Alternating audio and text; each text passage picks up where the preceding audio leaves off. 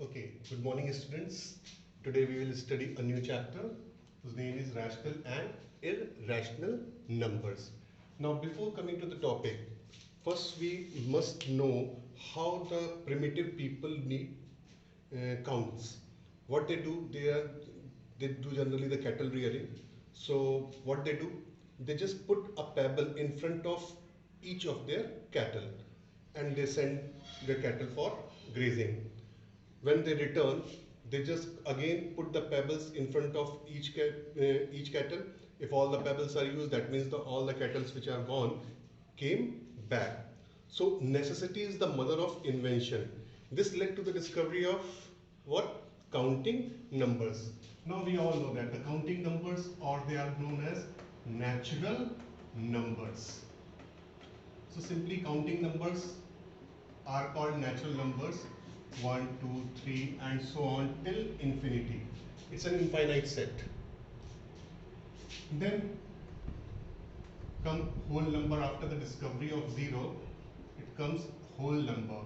Whole number, that is the natural number including 0. It is also an infinite set.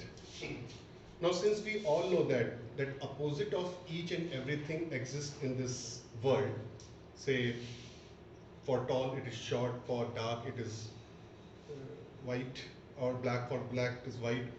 So opposite of these natural numbers do exist and they are categorized into integers, I or Z. So minus infinity, minus 3, minus 2, minus 1, 0, 1, 2, 3 and infinity. Then say one of the boy has his birthday and he invited 3 of his friends. So when he cut the cake, so what he has done, he cut the cake in 4 equal pieces, and what part of it will he get? Only one part, that is 1/4 of the cake. So part of a number, that is called fraction, and including all these numbers, we define rational numbers. Now rational numbers that represented by q, x such that x is equal to p by q, where q cannot be equal to 0, where p and q are elements of integers. Now it includes all the natural numbers, whole number, integers as well as fraction. Now rational numbers are of two kinds. The first one, terminating decimals. Now how we can recognize whether the given fraction is a terminating or non-terminating.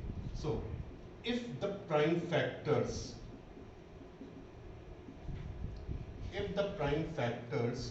of denominator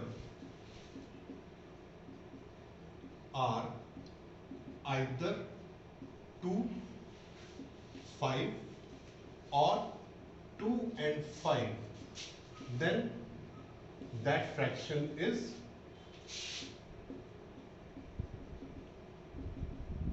terminating decimal. Say for example, say 3 by 2. Now 3 by 2, we divide 3 by 2, 202, 1 is left, 0.0, 2, 5 is 10, and the remainder comes out to be 0. So it is a terminating decimal, 1.5. Another example, 17 by 5. When we divide 17 by 5 to 3.4, again the remainder will be 0. So these are terminating decimals. One more example, say 26 by 10. It will be 2.6. Now students, please note that here the prime factor of the denominator is 2. Here the prime factor of the denominator is 5. Here the prime factor of the denominator are 2 and 5. So if the prime factors are only 2 or only 5 or the combination of 2 and 5, then that fraction is terminating decimal. Now another kind of rational number are non-terminating or recurring decimals. So how we are going to identify these fractions? It's very simple. If at least one of the prime factor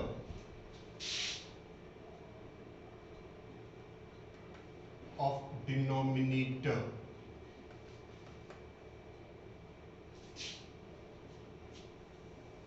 is other than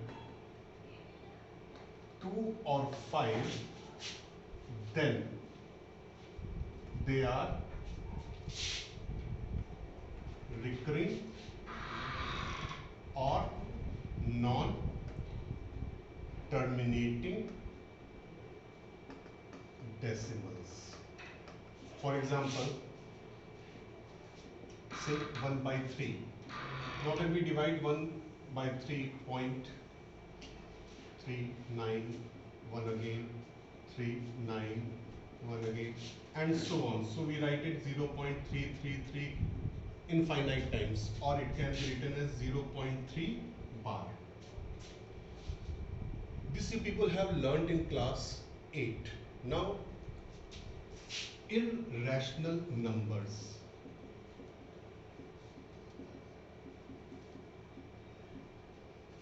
We represented by Q dash. There are certain numbers which are neither terminating nor recurring, including pi, are called irrational numbers.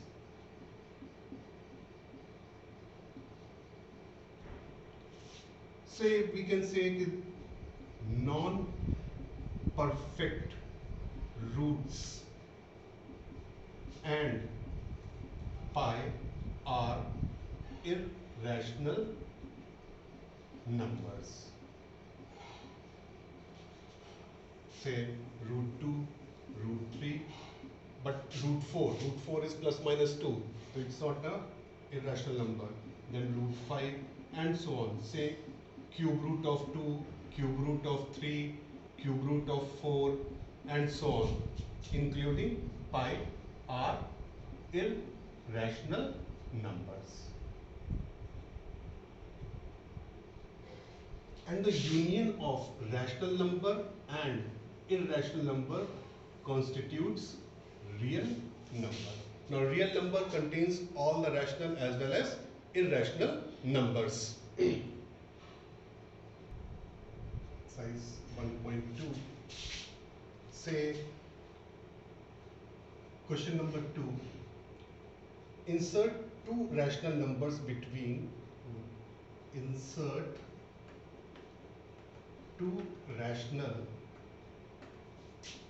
numbers between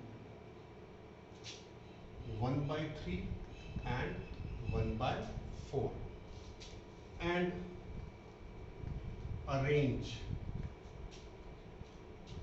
in ascending order.